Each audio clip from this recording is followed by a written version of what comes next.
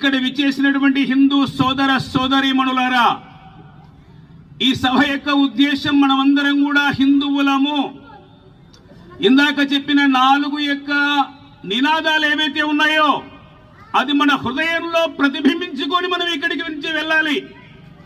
స్వామీజీ చెప్పాడు, మనమందరం కూడా భారత మాత యొక్క సంతానము. వేలాది సంవత్సరాలుగా ఈ భూమిని తల్లిగా ఆరాధించేటువంటి హిందూ సమాజం మనము ఎక్కడ ఉన్నప్పటికీ కూడా ఈ దేశంలోని 150 కోట్ల మంది ఒకే తల్లి బిడ్డలమనేటువంటి భావన దేశ ప్రజల్లో నిర్మాణము చేయడానికి రాష్ట్రీయ స్వయం సేవక సంఘ 100 సంవత్సరాలుగా పనిచేస్తూ ఉన్నది. మనమందరం కూడా ఒకే తల్లి బిడ్డలం.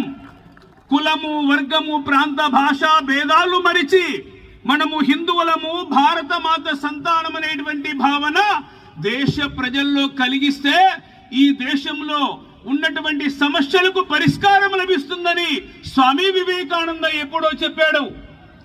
నీవు ఎర్రగున్నావా, పుల్ల